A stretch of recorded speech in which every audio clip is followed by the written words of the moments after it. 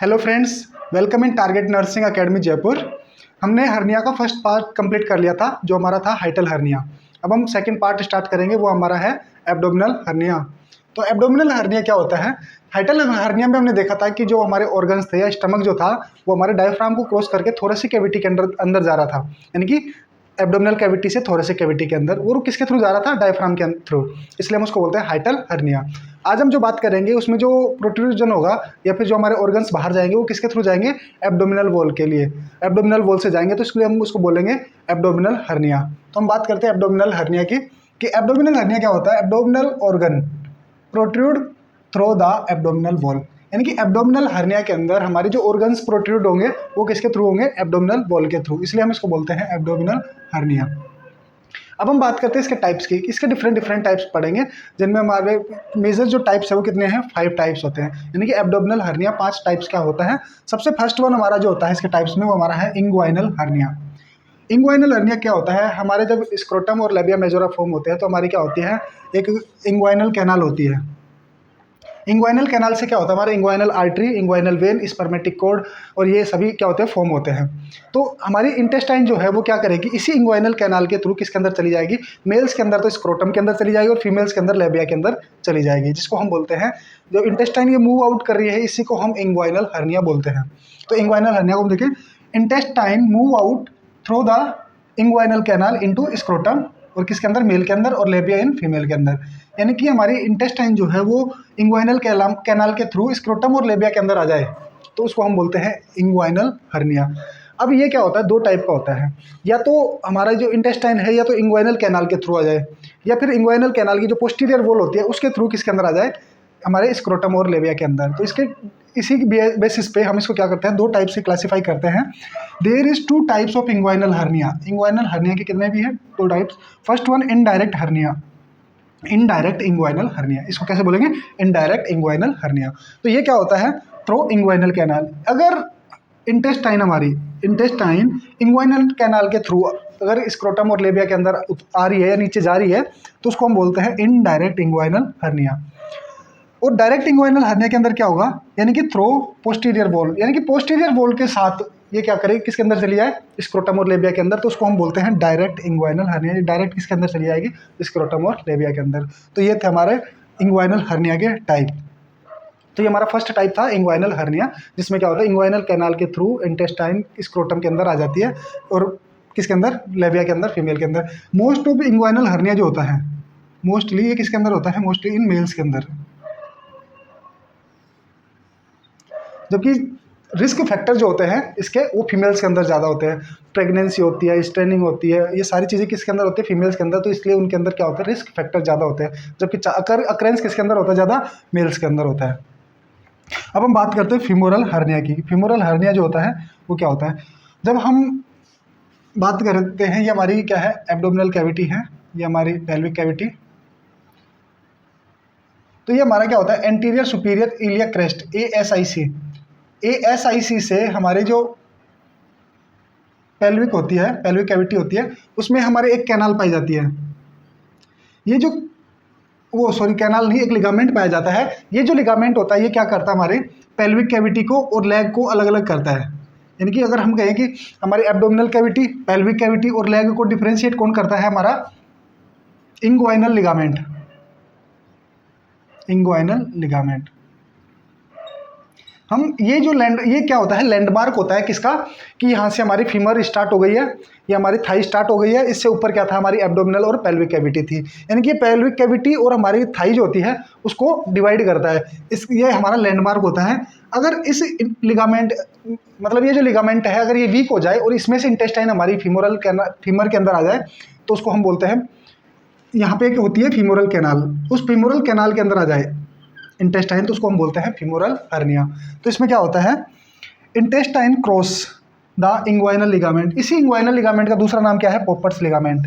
यानी कि अगर हमारी जो इंटेस्टाइन है, ये इंटेस्टाइन अगर इस इंग्वाइनल कैनाल के अंदर आ जाए, और ये इंग्वाइनल कैनाल कहाँ होती है? हमारे पोपर्स लिगामेंट के अंदर या इंग्वाइनल लिगामेंट के अंदर होती है। अगर ये इसके नीचे से आ जाए, इसके मतलब इसको क्रॉस करके नीचे आ जाए, यानी हमारी थाई के अंदर आ जाए, तो इसको हम बोलते हैं फीमोरल हर्निया। तो ये था हमारा सेकंड टाइप फीमोरल हर्निया, जिसमें हमारी इंटेस्टाइन जो होती है वो इंग्वाइनल लिगामेंट को याद ध्यान रखना, यहाँ पे इंग्वाइनल लिगामेंट है, यहाँ पे इंग्वाइनल कैनाल है, यानी कि कैनाल अलग होती है, लिगामेंट अलग होता है। लिगामेंट लैंडमार्क है हमारी कैविटी के अंदर जो हमारी थाई को और हमारे पेल्विक कैविटी को डिवाइड करता है। इसी का दूसरा नाम होता है पोपर्स लिगामेंट, जिसको क्रॉस करती है कौन, हमारी इंटेस्टाइन। इसके अंदर क्या होती है, फीमोरल कैनाल होती है, जिसके through femoral artery, femoral when हमारी डिसेंड और असेंड होती है। ठीक है, याद रखना। थर्ड वन हमारा जो आता है हमारे है अम्बलाइकल हर्निया। अब अम्बलाइकल हर्निया में क्या होता है, ये हमारा जो अम्बलाइकस रीजन होता है, इस अम्बलाइकस रीजन में से हमारी इंटेस्टाइन बाहर आ जाए, उसको हम बोलते हैं अम्बलाइकल हर्निया।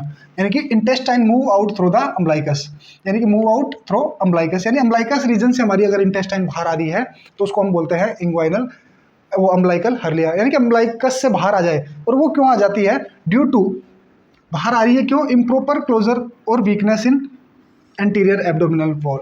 यानी कि अगर बाई बर्थ उस किसी बेबी की जो अम्बलाइकस है वो इम्प्रॉपर क्लोज हो, यानी कि वो उसका जो क्लोजर है वो प्रॉपर ना हो, तो वो क्या होगी, वीक रह जाएगी, और उसकी वजह से उसमें से इंटेस्टाइन क्या होगी, बाहर निकल के आ जाएगी। जबकि दूसरा रीजन क्या है, weakness in anterior abdominal wall, किसी भी रीजन की वजह से, पैथोलॉजिकल और फिजियोलॉजिकल, अगर हमारी एब्डोमिनल वॉल वीक हो जाती है, हमारी कमजोर रह जाती है, तो उसमें से क्या होगी, हमारी इंटेस्टाइन बाहर आ जाएगी। और वो कहाँ की होगी है, अम्बलाइकस की, तो इसलिए हम इसको बोलते हैं अम्बलाइकल हर्निया। यानी कि अगर इंटेस्टाइन अम्बलाइकस के थ्रू बाहर आ रही है, वो चाहे फिर उसके इम्प्रॉपर क्लोजर की वजह से हो, यानी कि वो अच्छे ढंग से क्लोज नहीं हुई हमारी अम्बलाइकस उस वजह से, या फिर हमारी एंटीरियर एब्डोमिनल वॉल वीक हो उस वजह से, तो उसको हम बोलेंगे अम्बलाइकल हर्निया। फोर्थ वन हमारा है वेंट्रल और इंसीजनल हर्निया। वेंट्रल और इंसीजनल का मतलब क्या हुआ कि अगर किसी पेशेंट की सर्जरी, एब्डोमिनल सर्जरी हुई, और एब्डोमिनल सर्जरी के बाद हमारी इंटेस्टाइन उस सर्जिकल पार्ट से बाहर आ जाए, तो हम उसको बोलते हैं हमारी वेंट्रल और इंसीजनल हर्निया। इसमें क्या होता है, जब हम पेशेंट की स्टिच कर रहे होते हैं या स्टिचिंग हमने की होती है, तो हमारा उस जगह जो पार्ट होता है, स्टिचिंग का जो पार्ट होता है वो वीक रह जाता है, यानी वहाँ की वॉल जो होती है वो कमज़ोर रह जाती है, और वहाँ से क्या होती है, इंटेस्टाइन बाहर आ जाती है, प्रेशर की वजह से बाहर आ जाएगी, जिसको हम बोलते हैं वेंट्रल और incisional hernia. Due to weakness of surgical site, यानी कि अगर सर्जिकल साइट ही वीक रह गई तो उस वजह से हमारा ये होता है। अगर हम इंसीजनल की बात करें, इंसीजनल में अगर हमने पोस्ट ऑप इंसीजन की बात करें, पोस्ट ऑप इंसीजन, यानी कि पोस्ट ऑपरेटिव इंसीजन में दो कंडीशन होती है। एक होता है वुंड डेहिसंस, याद रखना, वुंड डेहिसंस। एक होता है वुंड एविसरेशन। वुंड डेहिसन यानी कि डी से याद रखना, दूर दूर, यानी कि वुंड डेहिसन के अंदर तो क्या होगा, वुंड डेहिसन, और एक होता है वुंड एविसरेशन। वुंड एविसरेशन के अंदर और वुंड एविसरेशन के अंदर डिफरेंस क्या है, इसमें तो क्या होगा, हमारे स्टिच जो होते हैं, हमारे टाँके जो होते हैं वो खुल के, और हमारा वुंड क्या होगा, मतलब टाँके खुल जाएंगे, और हमारे वुंड के जो एज होते हैं, किनारे होते हैं, जैसे मान लो किसी पेशेंट का, ये हमारा, हमने इस पेशेंट की स्टिच की और ये हमारी नॉर्मल स्किन हो गई। अब क्या होगा, 6 से 7 दिन बाद होती है ये प्रॉब्लम, जब हमारे क्या होंगे, स्टिच जो है वो खुल जाए और हमारे वुंड के जो एज है, किनारे हैं, वो दूर दूर हो जाए।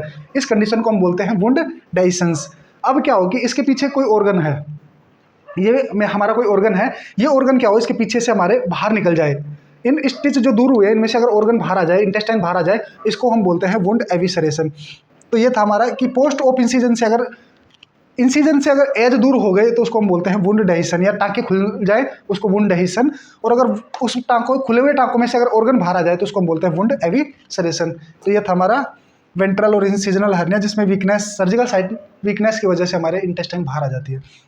फाइनल टाइप जो हमारा होता है एब्डोमिनल हर्निया का, वो हमारा है पोस्ट पेरिस्टोमल हर्निया।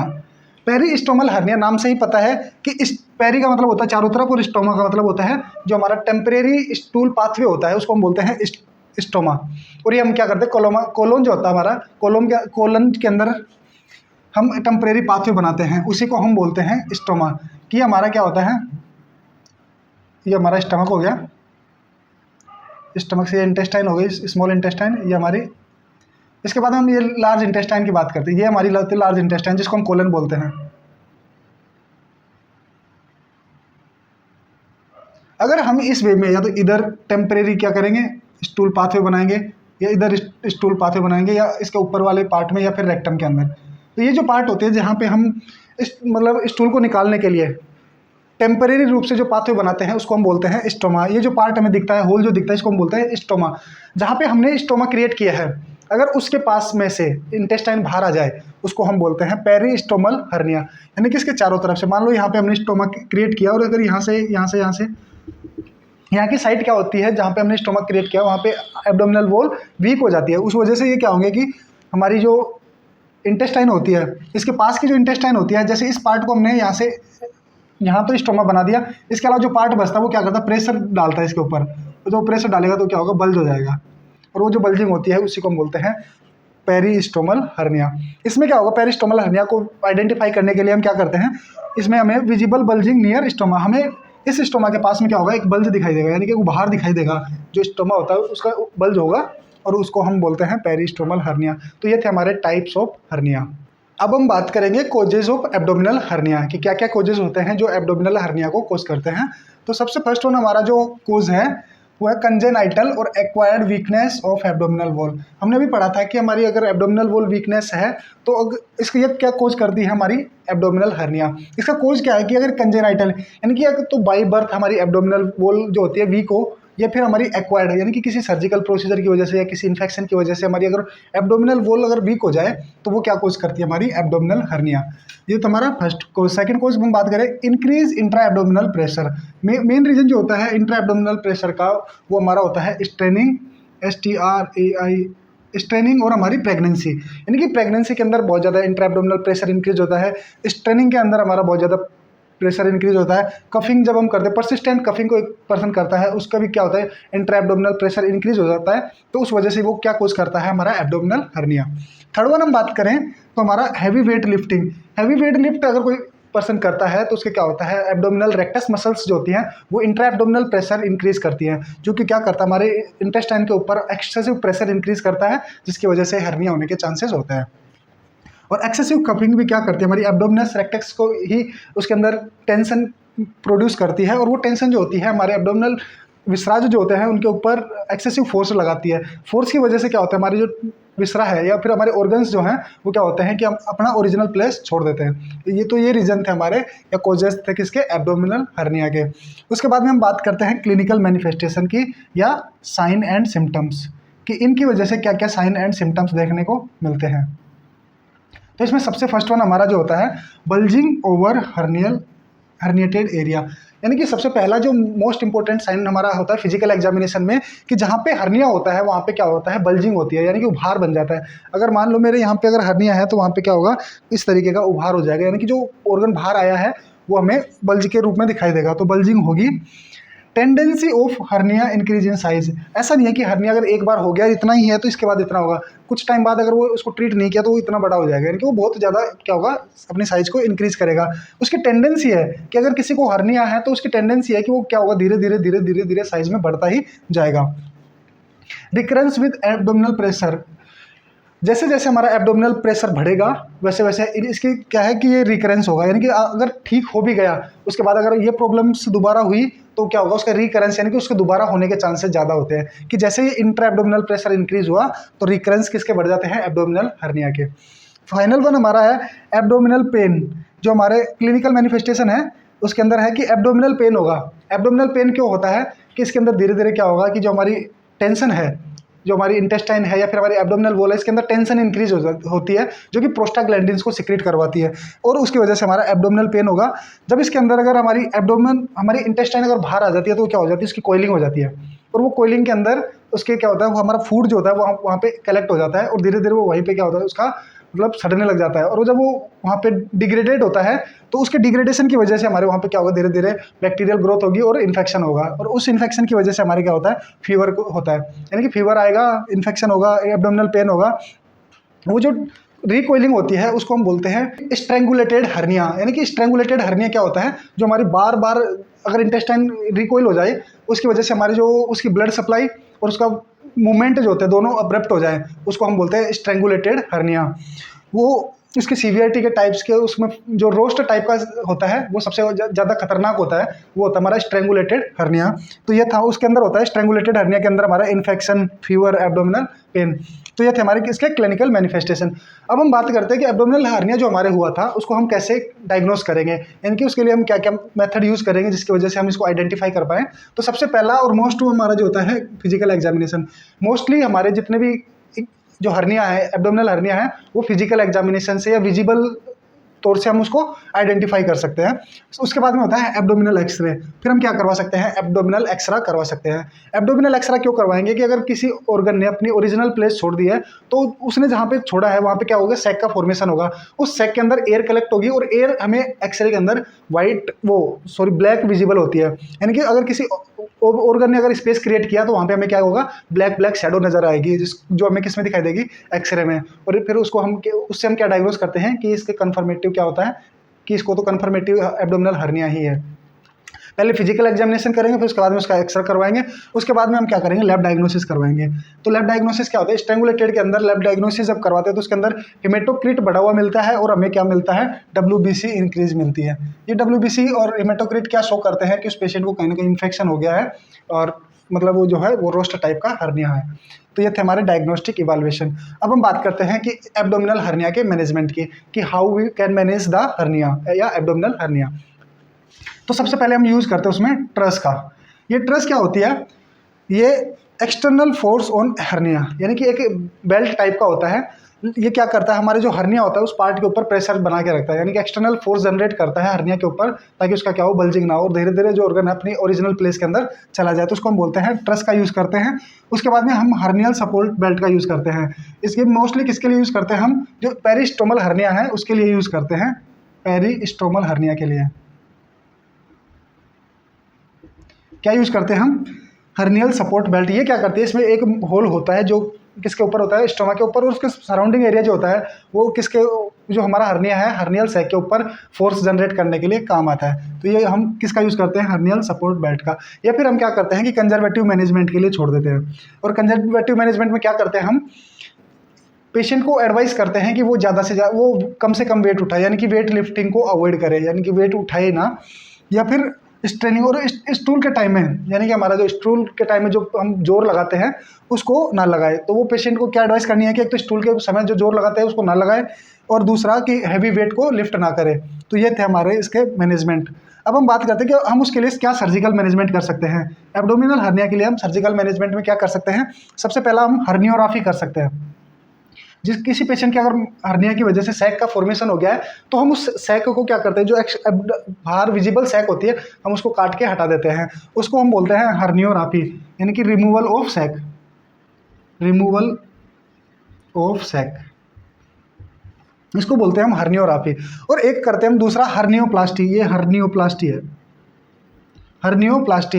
इसके अंदर हम क्या करते हैं, सैक के साथ में हम इसमें एक हर्नियल मैश लगा देते हैं और वो मैश क्या करती है, इसके रिकरेंस को रोकती है।